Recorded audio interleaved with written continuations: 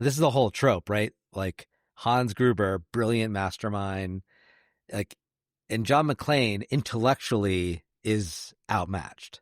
Like he can't, but he wins because he's tenacity and resilience and grit, and he doesn't. He's like the Terminator. He never gives up.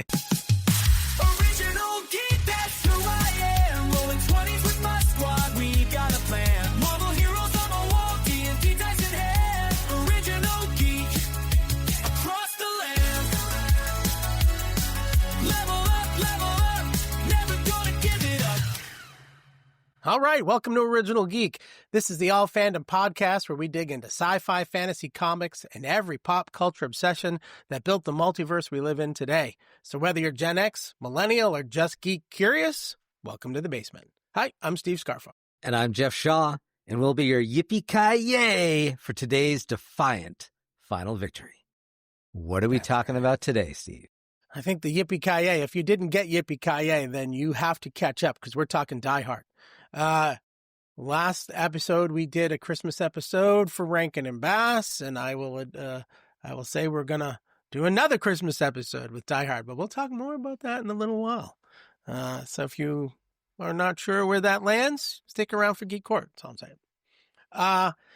So we're gonna talk about what we talked a little bit before we started. This is probably one of the best action franchises that have come out. It started in 1988 with Bruce Willis getting on a plane for California when he didn't want to. Absolutely, yeah. And I have to say, because I know, and we're going to talk about this more later, but I was already a huge fan of Bruce Willis from Moonlighting. And so, because I know some people were like, Bruce Willis, could he pull that off? I'm like, I was a believer from the get-go. So I thought that first Die Hard was amazing, but I will admit, I did not see Die Hard 2, like re-release, like streaming. And I did see Die Hard 3 and 4 in the theater. Die Hard 5, I did wait till streaming, but 3, like, so I was fully on board with Die Hard 1, but I will admit with Die Hard 2, I didn't see it in the theater. Did you see it in the theater? I mean, I don't know. Die Hard 2? Yeah. I don't think I did. At best, it was a video store rental for me. Yeah. Do you know what I mean? It was not a movie that I saw. In fact, I will admit, I'll go one step further and admit I forgot all about the plot of Die Hard 2 until we started doing it. I have seen it. I don't know why. My favorite after the original is 3. Die Hard with a Vengeance with Samuel L. Jackson and the whole in New York. And while we were prepping for this episode, I was going back through looking for stuff, and I was like, wait, that's not 2? I thought it was number 2. Yeah. I completely skipped over 2 and thought it was number 2. But, we talked about how the first 2 are both Christmas. They're both based in Christmas. And I knew for sure that one was the middle of summer in New York, right? Just because of the way they run the whole movie, but I completely forgot about 2. And I don't think that's anything. It's not a knock on the movie. It's just, I think it was one of those, I saw it maybe once or twice when it was probably still a videotape release. So, and I just have never gone back and watched it again. Well, it's funny because, as I really enjoyed it, but, one of the reasons I didn't go was I'm like, oh, it just looks like they're recreating it. Like it looks like the same. It's Christmas, but we're put it in an airport. So it just seemed like it was just going to be more of the same. But box office wise, it was an even bigger success than the first Die Hard. And then 3 was bigger than 2, and then 4 was bigger than that. And actually 5, which was, maybe the least well received, actually still made over $300 million worldwide on a $92 million budget. So it still was a success. And that one was the Russia one, right? Yeah. They did Die Hard? Yeah. Yeah. And I even though I did stream 2 and 5, I thought they were great, entertaining movies. And I and I think, but I agree with you as far as sequels go. I'd say Die Hard 3. That's with a vengeance, right? Die Hard with a Vengeance, yes. 3, Die Hard with a Vengeance. Yeah. Yes. Love that. But I feel like Live Free or Die Hard was in a very similar, was closer to number 3 because it had like these genius masterminds manipulating, huge high stakes. One's cyber warfare in Live Free or Die Hard. Timothy Oliphant is the villain, and he's this brilliant mastermind. And then you've got, this is the whole trope, right? Like Hans Gruber, brilliant mastermind, like, and John McClane intellectually is outmatched. Like he can't, but he wins because he's tenacity and resilience and grit, and he doesn't.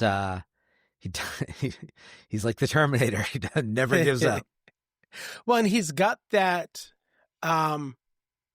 He plays from behind in all the movies because he's outmatched intellectually, and he's every time thrown into a situation that someone else has been mapping out for years. I think almost every one of these, like I know obviously 1, they had been planning that forever. 2, this is a takeover of the DC airport specifically to get to, you know what I mean? But they've planned it because it's such a big, complex thing. Die Hard with a Vengeance goes right back to the Gruber days of, with his brother being the main antagonist. So every time McClane's thrown in this situation, and it's only because he can fly by the seat of his pants. He has great intuition, and he is lucky in a lot of cases, but knows how to deal on the fly. I think that they set him up to always overcome odds, which I think is one of the reasons why all of these, I agree with you. I like them all. I know number 5 gets kind of knocked on a little bit, and maybe going to Russia might have been a little extreme at that point, but it's always the underdog comes back to win, and it's always fighting for the greater good. It's not like we pulled off, I love Ocean's 11, but it's not like we pulled off the heist and we made all the money, but we're technically the bad guys, you know what I mean? But it's bad guys stealing from bad guys in that one. But this is always a good guy fighting for good values and winning. So it's, to me, kind of the core of, what you want in one of these movies. It really does, it reminds me of like the first Rocky. You know what I mean? Same kind of thing where it's the underdog comes back to prove his point. And in this case, stay alive. Yeah. And another thing I like about all of these movies is that because it has that criminal mastermind manipulating everything, that we as the audience are just as much in the dark as John McClane. And we're not just watching this for the plot or to see our hero succeed, but also to figure it out. Like what is going on? We're just as mystified by what they're doing because in the first one it's like, oh, they're terrorists, and that's their motive. Oh no, they're just common thieves. Yes. And then exceptional thieves. That's right. Sorry, and he's graduating to kidnapping, so be careful. Yeah. Yes. Exactly. So, and then in Live Free or Die Hard with the cyber warfare and the fire sale, and you're like, just, how much of, how dependent we are on computers and everything and how they can manipulate the system. And one guy can just a team of hackers can bring America, to its knees because of being able to crash all of these systems. But even Die Hard 2, which was just in that airport, like that was brilliant. And with how they could change all the air traffic and all that, the way they manipulated that whole scenario. And you're trying to think of, well, what's their ultimate objective? I actually thought it was going to be deeper than it was, because right from the get-go, they're like, we want this general who's, incredibly wealthy drug smuggler to be free, and then we're going to go off and retire in the Caribbean. I thought it was going to be a little bit more. We're still masterminds, and it was still a clever setup, but they right from the get-go, like, this is what we want. And I thought, oh no, there's going to be a twist like all the other movies. No, no twist. Very straightforward. That was it. That was their objective. He knew it from the start. Well, and then that's a little different. We're thinking of it with 3 movies past that and what they did, right? So at the time, though, they had the first one, which had the twist. Hey, we think they're terrorists, and they are everything we just talked about, but they are really just thieves. So if we're going to make a number 2, we can't give the same twist, because now we're doing the same thing again. Although, in the third movie, they say they're thieves, and they are, but then they actually do. Then the twist is in the twist, and how they do it, and how they try to push everything. Yeah. Yeah, it's brilliant. But the in Die Hard 2, I thought it was funny because partially I was right that it was just a redo, because John McClane says a few times, I can't believe I'm another elevator shaft. I can't believe I'm, doing this again. What's happening? It's the same thing. Like, in the trailer, it actually says, how does the same thing happen to the same guy 2 years in a row? Yeah, exactly. It's like a line from the movie. Right. And I love that they poke fun at themselves. Do you know what I mean? They put that in because everybody's going to go, the first thing everyone's going to say is, really? Same guy, same situation. Yeah, and so I'm glad they didn't keep recycling that for each one. Like if you haven't given 3, 4, and 5 a shot, or even gotten past 2, do give them a chance, because man, the 3, 4, and even 5 are like they are original enough in their own right, and certainly 3 and 4 are amazing sequels. Well, and well written, funny. I think the balance across all 5 movies and I never looked it up. I will have to, who wrote each one of them, but the writing is consistently tight, and the performances are. It's not Bill Hader. I forget his last name. The guy who played the bad guy in the second one. So, you got. Yeah. You got Gruber. Oh God, I'm losing everybody's real names. Alan Rickman, William. Oh goodness, I forget his name. And then we got, I forget who the bad guy was, but you have Samuel L. Jackson in the movie. Like, the writing and the conversation, it's tight. It reminds me of it's almost sitcom scripty tight. It's not all goofy, stupid jokes, but the conversations are quick and tight. There's no clumsy exposition. You see the story unfold. They talk about it enough so you know what's happening. They show you the rest. Even in 3, where they're talking about a bomb that they've just defused, and they're rushing against time to beat the clock. They talk about leaving it behind, and one of them, I think it's McClane, goes, it's Samuel Jackson's character, because you can't leave that. Some kid could pick it up. Yeah. And then later, when the bad guys get the bomb back, one of the bad guys goes to leave the suitcase behind, and the other bad guy goes, you can't leave that. Some kid will pick it up. And it's a tiny throwaway, right? But it just shows it's a callback to an earlier kind of intense line, and now it becomes a little humorous, because now even the bad guys are worried about, let's not blow up kids here, which is kind of, a slightly redeeming quality, I suppose. But so yeah, all that to say, really well written. So you stay invested. It's not like there's no point in time where you go, there are definitely movies I've been watching that are action movies, and you go, okay, I can go to the bathroom now. This is the unnecessary love scene that they threw in because they wanted to throw some actress. Yeah. Do you know what I mean? Like, they shoehorn in a love story where you don't need it. So these didn't have that. They stayed true to a fun, poppy, with high stakes action movie. Yep. All right. Let's flash back, man. I think we should. Let's take a trip through time. It's a Geek flashback.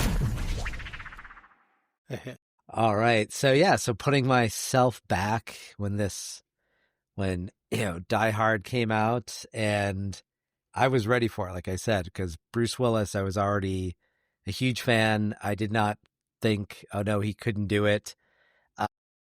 I have to admit, even though, and I should probably look this, probably should have looked this up before, but when did Michael Keaton do Batman? Are you Googling? I am. I don't know. It's got to be around the same time. Yeah. So, like, I was a huge Michael Keaton fan, but I have to admit, I did not think 89. he could do Batman. Like, I'm like, really? He just seemed wrong for Batman, but he was amazing as Batman. Yeah. So that was 89. Yeah, So right think, after Die Hard. Yeah. So Die Hard was 88. So even though, so I get why some people might have been critical about Bruce Willis being able to pull off this action hero role. He was a wisecracking comedic actor on TV. And although Michael Keaton was already a movie star. So those things, it was hard for movies. some people to like jump into a different genre. In that time period, it's much easier today. Much easier today. And Keaton's were all comedy. And again, the Batmans that had Michael Keaton in them anyway, I think he did 2 or 3, they had that same tone, that lighter, it's dark, we have high stakes, but we're going to throw in these moments of levity. And I really think we could talk about it. I hadn't thought about it in terms of Batman before, but we could throw it into our evolution conversation. Stick around for Geek Evolution. I think it informed later movies and how they handle action and intensity. And they realized that it didn't take away from it, that it actually made it better. It enhances it. Yeah, and what's funny is I still didn't learn my lesson after Michael Keaton worked there and Bruce Willis. Well, like I said, I was already on board with Bruce Willis's transformation, but I think about when I found out that Heath Ledger was going to be the Joker. I'm like, come on, Heath Ledger? For those who, might not remember, like before the Joker, Heath Ledger was like in teen movies. He was like kind of this more About You and heartthrob. Yeah. And I like the Joker, really? He was the most amazing Joker, of course, as people know. But so, I think, we're wrong to pigeonhole people, but, once again, we're supposed to stick with Die Hard. So I was an early adopter for Bruce Willis making that transition to the big screen. I mean, I think I was in the same spot, right? And it was a time when people didn't change, right? If you were a comedian or a comedy actor, you did comedy movies. And, in the 80s and maybe even to the early 90s, it felt like Hollywood pigeonholed themselves. I mean, there was a thing like, don't do too many of something because you'll get typecast. And then you can't break out was the implication, right? Yeah. If you get typecast, that's all you do. If you get on a Star Trek episode, you're a science fiction guy. It doesn't matter. You can't move. Now, obviously, we know better and we do differently. But I loved Moonlighting. And I think I went in with the same thing because it was one of my favorite shows because I love that smart-ass wisecracking. And it fit and it worked. It was always part of the plot and always, and now I'm going to have to go back because maybe I'm just romanticizing the memories. But yeah, I don't have a lot to add, but I agree. It was awesome to see him pull off what a lot of people were like, and I think he did a great job. But I think now we have to start the hard conversation. Oh, and I think everybody knows this conversation is coming. But let's do it anyway, because it's Christmas.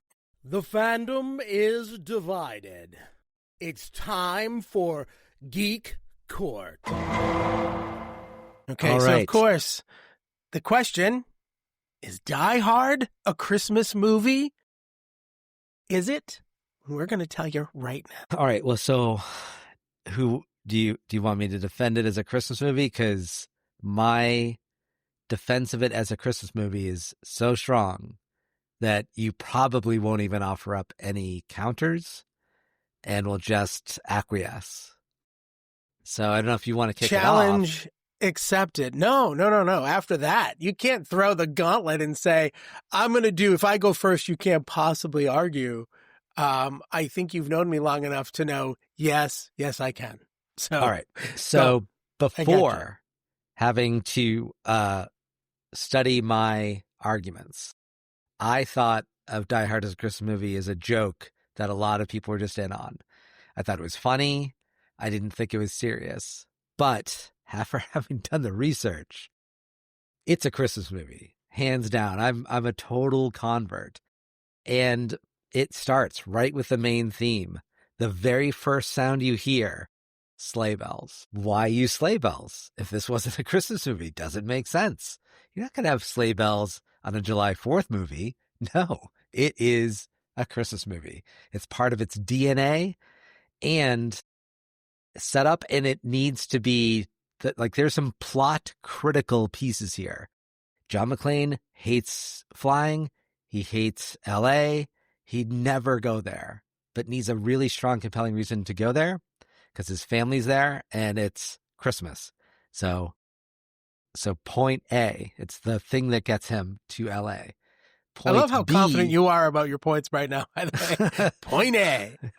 Point B, the Nakatomi Plaza has to have a skeleton crew in order for Hans Gruber's plan to work. Can't have, he's got to be that Christmas Eve party with all the big players in the Nakatomi group there, and that's the only way it's going to work. So the police are understaffed due to the holiday, and the final bit, that packing tape, it says like season's greetings or happy holidays, or it's Christmas packing tape. It's the only thing that keeps our hero alive at the end. If it's not Christmas, that tape isn't there. He doesn't get to tape a gun to his back, and he's dead. So without it being Christmas, we need that tape. And if you needed any other evidence, there's Christmas songs that are used in it. Just, you can't have, it's a Christmas movie, it's got Christmas songs. And finally, his wife is named Holly. Christmas Holly, huh? That's right. One of your arguments is the character's name signals that it's a Christmas movie. Yes. See, you made it sound like this was Holly going to be Jolly. hard. It's a Holly Jolly Christmas movie. You made it sound like it was going to be hard to dismantle all of those. Wait. Oh, you got more? Okay. All right. So since you're dismissive, I will bring up one more piece. If you can't be a Christmas movie if you don't have merchandise. Well, there's tons of Die Hard Christmas merchandise, from ugly Christmas sweaters to ornaments to what I think is the creme de la creme.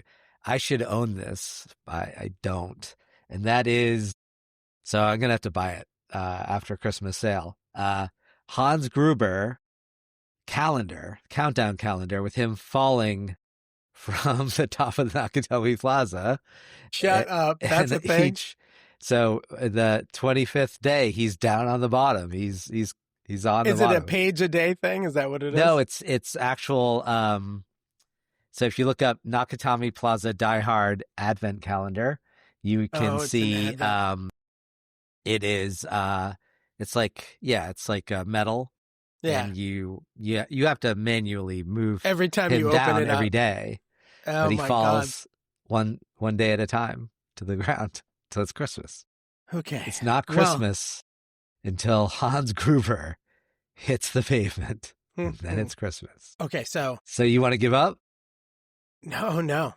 Are you ready to be bloodied like all of his opponents in these movies? Because I'm coming back at you. All right. Your first point was the music. Absolutely. Yes. First music. Okay. So it could have really been any music to start the movie. We could have easily had the sound of wind, or it could have been just whatever the popular songs of the day were, whatever was in 1988 and a #1 hit. So I think the music, what makes a strong case for you, could have easily been replaced with pretty much anything else. Your strongest argument by far is number 2, the fact that the holiday leaves them with a gathering in the building, but a skeleton crew, and then the police are also have a skeleton crew. But I would point out, the same thing happens on Thanksgiving. And while not as exciting, could easily have been a Thanksgiving holiday situation, because the same format would be in place for the building. It would have been a skeleton crew. It's a long weekend. The cops are all off. Gruber can still easily have come in a few weeks earlier and done it during Thanksgiving. So, then what was your third point? My third point was the packing tape. Packing tape. It was a mail cart. There was plain packing tape directly next to the holiday packing tape. What? It was literally on the card. I just watched it last night. It had 2 types of tape. He could easily have picked the plain tape. And merch, I will point out that Stranger Things also has ugly sweaters. Does not take place during Christmas. That's not true. And, well, there's some episodes that take place during Christmas, but it's not Stranger a Christmas Things is show. just as much a Christmas story. You just ruined your own argument. Oh, well, all right. We'll go. We'll let you have that one. All the blinking lights in the first season? But it doesn't take place during Christmas. She just happens to pull those out of storage because the lights were flickering. And then the dandruff from the like snow. It's like snow. It's like I'm dreaming of a white upside down. Yeah, it's like a snow globe. Dreaming Beautiful. of a white upside down. And then I might have to edit out my singing. And then the Holly name. Yes. That's about as that's did the you pull clincher. yourself? Did you pull yourself taking a stretch that far? Did you pull a muscle? Because that one was pretty. I don't know. I think would that name have worked any other time of the year? No. I mean, she seemed a woman in her late 30s. I'm pretty sure she wasn't Holly just in December. Maybe she was Holly Marie, and everyone called her Marie. That she's only in the first 2 movies. That's which are the only 2 at Christmas. Because they get divorced. Because her name's Holly, which is Christmas, and the other movies take place in the summer. I think boom, bam, did bang, bong. I don't think you've got a big bang boom here. I think you make some reasoned, logical, but ultimately incorrect arguments that this has to be a Christmas movie. And I looked up what music it could have been in 1988 for your argument that it could have been anything. And Rick Astley's Never Gonna Give You Up was one of the biggest hits of that time. And aren't you glad that we didn't get Rickrolled in Die Hard? I will admit, that's a Christmas gift right there. I will agree with you that in this point, on that one point, I am so happy we did not get the Rickroll, because that would have been the worst. Although it would have been a nice tie-in and callback at the end of the movie while Gruber was falling to go back to the Rickroll as he's falling. Never gonna give you up. Down he goes. I will say, I think it can go either way. I think it makes itself a Christmas movie by all the things that you said, but I don't think it has to have been a Christmas movie because it both does and doesn't follow. There's 4 elements, or 5, I guess. There's 5 elements that make a movie a Christmas movie. I looked this up. Setting and atmosphere. Does it take place during Christmas? Yeah. Plot dependencies. Boom. But the story wouldn't happen without Christmas. Central themes focus on core Christmas ideas like family togetherness, right? Which is him going so iconography and music. You talked music. You're making all the arguments for me. I'm just saying. Thank you. Magical elements, which include fantastical like Santa, elves. I don't think it does any of that. No wonder and enchantment. So it doesn't do the 5th one. But while it does hit all 4 of the other 4, the plot of this movie does not require any of that, because it could very easily have been Thanksgiving or another holiday, and plot dependence could have been this. The biggest plot dependence is the building's status. That's what makes the building being empty, skeleton crew, makes this possible. The whole thing happens because Gruber has to find the right window of time. And while something like Memorial Day or Labor Day probably aren't going to do it because people don't usually gather, but for the holidays, both Thanksgiving and Christmas. I guess my biggest argument is this could have been a Thanksgiving movie, which sounds stupid. But there it is. Yeah, I think, all right. I think of it as a Christmas movie too. You just listed them all off. I did. No, it could. Now, I will say, I think if they moved the holiday and they could justify, again, the biggest plot points are the building status and the reconciliation. If there's another reason for him to come out and the building to be empty, if there's another holiday, or if it's they were a Japanese company, maybe it was a Japanese holiday that, isn't commonly known in America. It could easily have been other things, but because they chose Christmas, obviously. Yeah, I mean, it could have been an entirely different movie. It could have had a different character. South they could America, have been it could have been an alien predator. It could have been Batman if it was a different movie. You're right. It could have been all those things. Unfortunately, for your argument, it's a Christmas movie. All right. So ultimately, we're saying I'm right, and it's not a Christmas movie. That's what you're saying? Okay. Well, listen, if you stayed with us and you're yelling at one of us to shut up because we're being stupid, and it's probably me, send us a note, comment on the video, tell us what you think. Was Die Hard actually a Christmas movie? Are you falling Team Jeff or Team Steve on this one? Which way are we going? We're going to have to start a little chalkboard. We'll have to keep track. I know.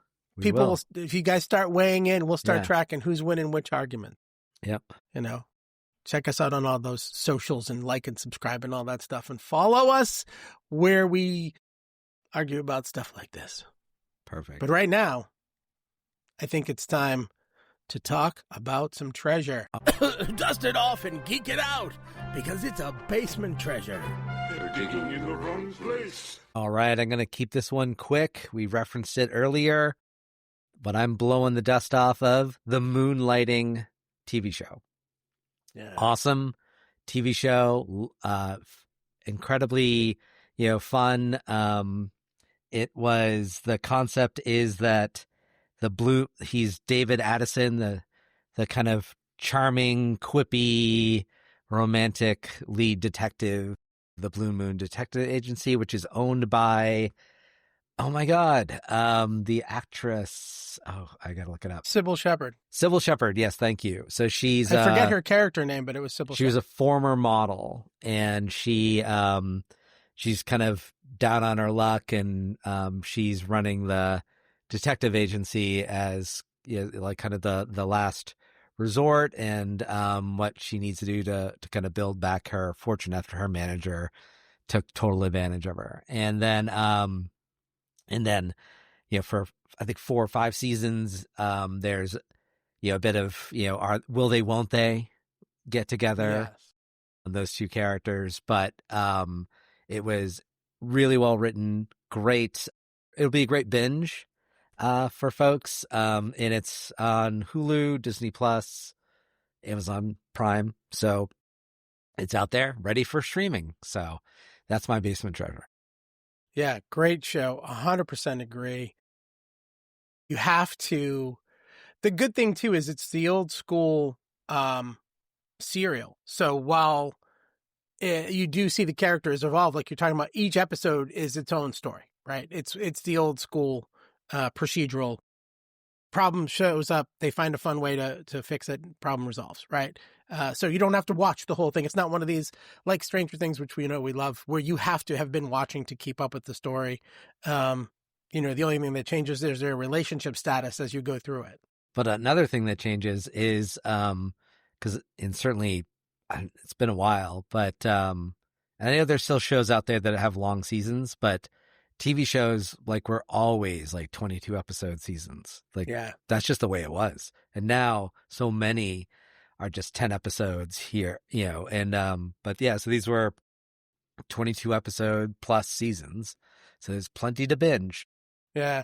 And just to put the button on that part, these are 88 TV episodes. So while we watched for an hour, these episodes were like 42, 44 minutes because there were commercials So that many they had commercials. and it was, it was live broadcast, not live, but it was, broadcast at a specific time. So they had no choice but to stay within the hour. It was 8 to 9 because there was another show at 9. Like today, when you stream a TV show, it could be 33 minutes. It could be 117 minutes. You know what I mean?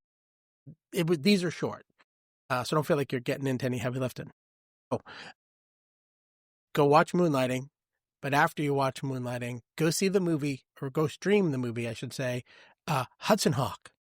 Okay, this is a movie that came out in 1991, and it is the epitome, I think, of the Bruce Willis brand for a movie. Fun, it's action-packed, there's high stakes involved, it's snarky, he's hysterical in it. He works with Danny Aiello in this movie, who I love from other movies. Danny Aiello was always sort of a mobster type, harder, very much a bad guy, like badass or bad, not always the villain, but like he was a tough guy. He was always in serious movies. So to see him in this, where he was lighthearted and playing with Bruce Willis in this movie, it's a heist movie that goes around the world. It's got almost a national treasure feel to it because there's some secrets and they have to figure out puzzles. Andie MacDowell's in this movie and she's great too. There's so many great, and actually the bad guys in this movie are Sandra Bernhard and, what's the other guy's name? He plays he's such a fun character actor. Hold on. I had my notes up, but I missed, where is the cast list? Top cast. Andie MacDowell, Sandra Bernhard, Richard E. Grant. So Richard E. Grant and Sandra Bernhard play like wildly psychotic, like over the top psychotic villains, and the type of character actors that both of them are, they just make it fun. It's a little campy. It's not serious, but if you're watching like a National Treasure style movie, you don't want it to be too intense. You want it to have some fun. So Hudson Hawk, I don't want to belabor the point. Go see it.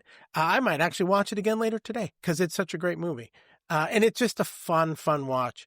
And there's a fun moment where they do a heist and they use the song, Moon Dance, by Van Morrison. Right? It's a marvelous night for a moon dance. Yeah. Isn't that? Yeah, but the song for their timing is "Swinging on a Star," where they're singing. It is "Swinging on a Star." Why do they do Moon Dance? I don't know. They do it with Moon Dance too. At some point, it's awesome. So yeah, it's a great scene. All right, I got the song wrong, but it's fantastic. Yeah, go see Hudson Hawk. From floppy disks to streaming clicks, it's Geek Evolution. We're going to talk a little bit more about Bruce. Right. Yes. So, yeah, what I want to talk about, with evolution, with this impact, is really how he, he went, his character of John McClane evolved the action movie star. That it was, before that, they were like Invincible, Arnold Schwarzenegger, Stallone, and even like James Bond, he like got out of so many scrapes, hardly injured at all. Whereas like at the end of Die Hard and throughout Die Hard, he's just getting hit after hit, his bare feet, walking on crushed glass. Just the vulnerable hero was not a thing. Like this was the first time you saw a hero that just, you really were concerned that he wasn't going to make it. And since then, we've had a lot of heroes like that. And I think that we don't get Daniel Craig's version of James Bond without John McClane. And I love Daniel Craig's version of James Bond, where he's not relying on gadgets, where it's brute force, improvised weaponry, and there's plenty of other, variations of this hero out there today, but that is not what it was. And I think when I think about it too, like John Wick is like a combo of that, like the invulnerable hero plus the one who gets beaten up. Like, if you've watched John Wick, like, how could he endure so much pain?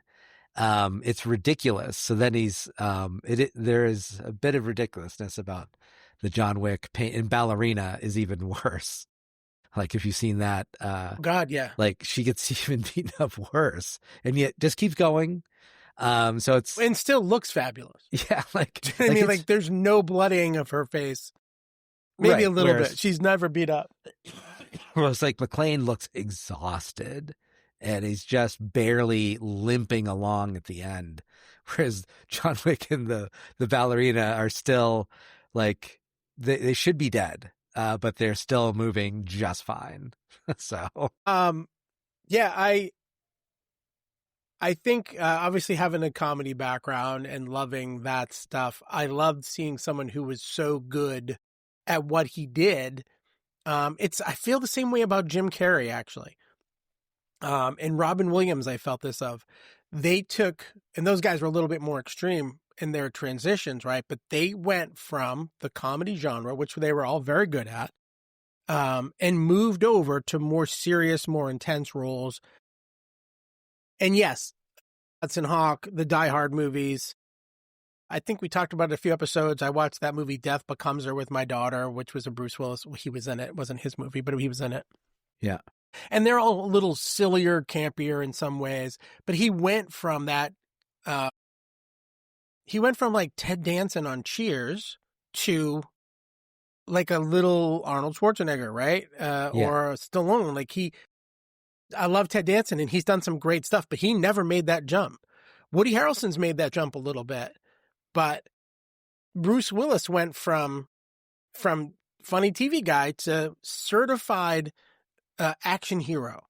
I mean, even in the movies that make fun of action heroes, it's Stallone, Schwarzenegger, and Bruce Willis. Those are the three that they're at the top of that list when they're kind of poking fun at the action heroes. Stallone even did a movie called Last Action Hero, where in the video store, in the alternate universe, it's Bruce Willis played Terminator. It was a poster of Bruce Willis as the Terminator. I don't know why that sticks in my head, but I love that movie. It was fun too. That's funny. But he made that jump. And so this evolution of him, he set the stage for that everyman kind of funny movie. And I think I think he did his job, as we're so fond of saying these days. You know what I mean? He went out and did it. And it wasn't, was every movie he ever made a slap? No. I'm sure there were a couple that I'm not thinking of that were probably fell down a little bit, but not this set, and certainly not some of the other ones we talked about. I think he pulled off a hell of a swap. Yeah. And actually, when I think about him, one of the first movies I saw him shift out of action hero mode or just, kind of funny role mode was the 12 Monkeys. So, yes. 12 Monkeys also has Brad Pitt. Yeah, there's another Basement Treasure digging out a second one. Yeah. I forgot he was 12 Monkeys. That's weird. Brilliant movie. And it deals with, it's kind of a sci-fi movie, and he's not an action hero. He's not playing a comedic role. He's a guy from a dystopian future. They've invented time travel, and they're sending these expendable people back in time to try to change the timeline so that the world doesn't get destroyed by this virus. So I don't want to ruin anything, but he's going insane because he keeps getting sent back and forth through time because they can't find the right time to put him. And the machine's sending him to World War I. It's sending him like all over the place. And he finally ends up in the right timeline. And it's just, it's a brilliant movie. Terry Gilliam of Monty Python fame created it. So I think that was the first time I remember seeing Brad Pitt. Yes, it's one of Brad Pitt's early roles. His earliest was Thelma and Louise. Yeah. And what's great about Brad Pitt is he also is playing against character. He's he's also deranged and crazy, and he's not like, because He's another not thing the at that handsome- time is like yeah. if you're a handsome actor, you play handsome roles, and he was not, at least in the insane asylum that we first find him in. He was very against character as well. I do think it's funny you say that too, because I remember there used to be sort of a joke. It wasn't like a piece of material specifically, but there was this thought process that if an actor wanted to get nominated for, I think I even mentioned it in one of the TV shows as a joke at the time. But if you were as an actor or a serious actor, if you wanted to get nominated for an Oscar, you had to show yourself deformed in some way. Like Yes. you couldn't be pretty, right? Yeah. If you want to get an Oscar nod, make yourself look bad, and then you'll get nominated just because you did that, because you were so brave not to be pretty. Yeah. Jean Garofalo, for those who know, she's a comedic. She was a stand-up comic, then a comedic actress, and she had a line similar to that, where, because there were women who like, oh my God, she gained 40 pounds for that role, and she's like, why'd you hire her? I've got the 40. I've already. Yes. I don't have to gain it. I can just do the role. I'm not Julia Roberts gaining 40 pounds. I'm right here, ready for the role. That's hysterical. I've not heard that bit, but that sounds on brand for her and exactly what I'm talking about. There's another movie too, I guess another basement treasure, if you haven't seen it, The Fifth Element. Was a sci-fi, one of Chris Tucker's first movie. Mila Jovovich plays this being who has to save the universe, and it's a fun sci-fi. Gary Oldman, one of my favorites, plays the very goofy looking but he's so good in that deranged bad guy. Fifth Element's another fun watch. So nice. Definitely check that out. All right, so that's our evolution. He, that McClane character and his portrayal of it influenced so many heroes today. So when you watch an action movie, you're seeing a very realistic representation of a human being who can be vulnerable, who can get hurt, who has to deal with that. Even Jason Bourne, you could see that happening, even though he has these like almost superhuman powers, but he still gets hurt. And I know it seems weird, but for us who grew up on the A-Team where they crashed a helicopter or getting sprayed with bullets and they're just unscathed, that was like so common. Or like Stallone, like might get grazed, but it wasn't that bad. Yeah. So, funny detour. I don't know if you knew this. In the A-Team, nobody ever died. Oh, even the bad guys, when they got blew up, nobody ever died. And it was because Mr. T, who had just come off a Rocky movie and was huge, wouldn't be in the show if people died. He didn't want to be connected with it. Okay. Isn't that weird? Just sorry. You said it, popped into my brain. So invulnerable heroes and sometimes even villains. Yes. Were a commonplace. So. All right. But let's talk about what you guys should do. I think we started to, but we're going to do it again anyway. Your kids don't know how good you've got it. I think my message is clear. Go see these little known movies and realize that the action heroes that you're used to today started with this movie. Die Hard, as far as I'm concerned, is the birth of this kind of things.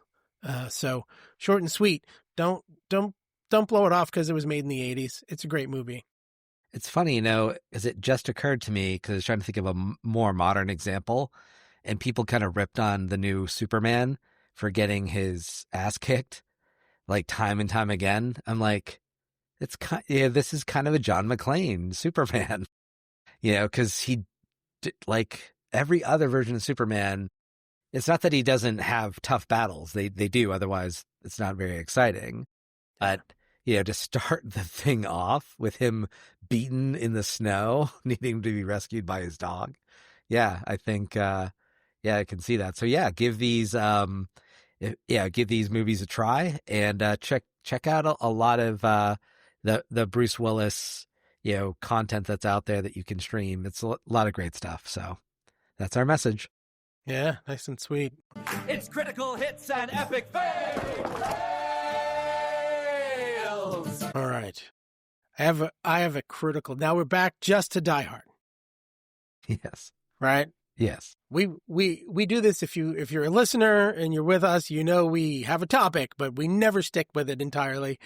So, and that's good. I love it. We get to have some fun and talk about all sorts of stuff. But in this case, my hit is specifically about the movie Die Hard. And it's Alan Rickman as Hans Gruber.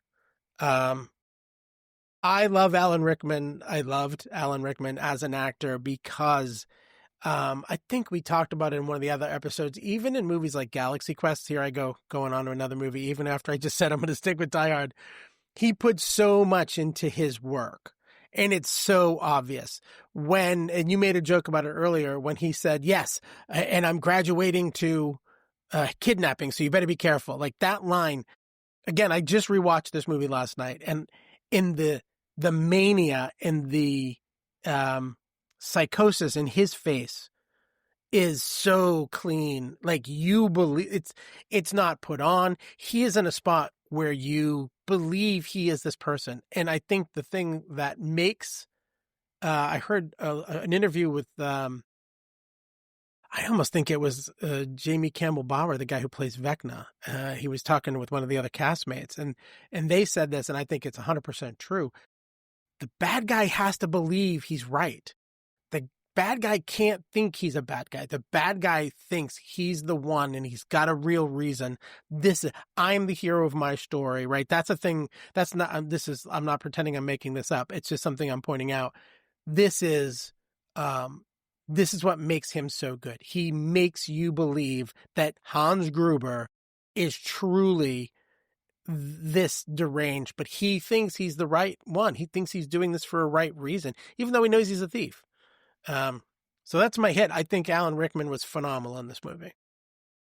Yeah. And also Hans Gruber had a similar effect in cinema in his version of it, that sophisticated mastermind. And you can kind of see it in Javier Bardem's Skyfall, Bond villain, Raul Silva, and then Samuel Jackson's Richmond Valentine and Kingsman: The Secret Service, that kind of very sophisticated mastermind. Really, I really do think that Hans Gruber helped evolve villains just like John McClane evolved heroes. And now my epic fail is more of an epic miss. It wasn't a fail, but I felt like Lucy Gennaro McClane is played by Mary Elizabeth Winstead in A Good Day to Die Hard in 2013, and before that in Live Free or Die Hard in 2007. And she is a great action hero, and she's already in that Live Free or Die Hard is showing that, McClane, John McClane's spirit. And I felt like it would have been, there was a miss in the franchise to keep that thing going, because Bruce Willis is unfortunately, both aged out but even if he's not quite aged out, because we have a lot of older action heroes these days, he has, he has an ailment, right? Of some sort. I almost think it's Parkinson's. Yeah. So he can't do it. But I felt like, she's so good as in that role, with a very similar attitude as her dad. And that actress is really good with action movies. If you haven't seen Kate, which came out in 2021, it's the same thing. She's getting the crap beat out of her, but she's still she keeps going until mission is accomplished. And she's done a number of other kind of action type movies.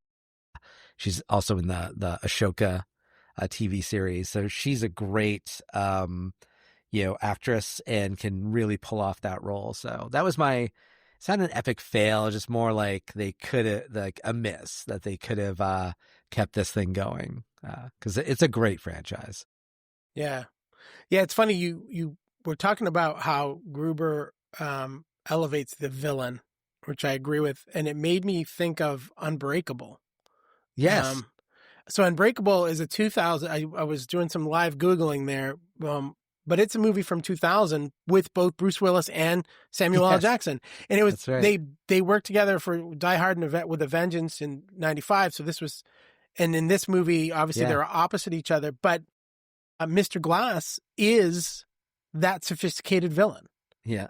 So it's funny that there's sort of a coincidental tie back to one of Bruce Willis's movies starts this trend, and then, 12 years later, takes advantage of it. And And then it's him funny again. enough, he plays a role. I know he has an Achilles heel that is literally an invulnerable. It's the He's like- reverse. He's like, McClane, I can be hurt. I'm not gonna change the action hero genre, but then I'm also gonna play Yes. this the hero that is literally invulnerable. It's funny. We started off with the idea that this was going to be a Die Hard episode. And I It's a think Bruce it's Willis really episode. a Bruce Willis episode, right? So, Bruce, we love you. yeah, such a great actor. And I just looked it up. He's suffering from frontotemporal dementia. So it's also a memory disease, but it's his body is shutting down on him. So it's sad, but God, he left us a body of work that is amazing. And so whether you believe or me that it's not a Christmas movie, or Jeff that it is, start with Die Hard, or actually start with Moonlighting, and go see Bruce Willis stuff. But this will likely be our, I don't know if we'll even get this. I might get this up for Christmas. Hopefully I do. If we didn't see you before Christmas, Merry Christmas, Happy Holidays, whatever you want to say to each other, just be nice and be happy. But follow us on all social media. For those of you who've been engaging with our content, we love it. Thank you. Keep talking, keep asking questions. originalgeekpodcast@gmail.com. I'm at Steve Scarfo on all social media. Do you want to give out your social media if people want to reach out to you directly? They can find me. They can find him. He won't answer you anyway. He's paid. No, but reach out to either one of us. Follow us across the board and check out any stand-up shows. I got some stuff coming up. But otherwise, have a great holiday. And, go see Bruce. Yippee-ki-yay, OGs.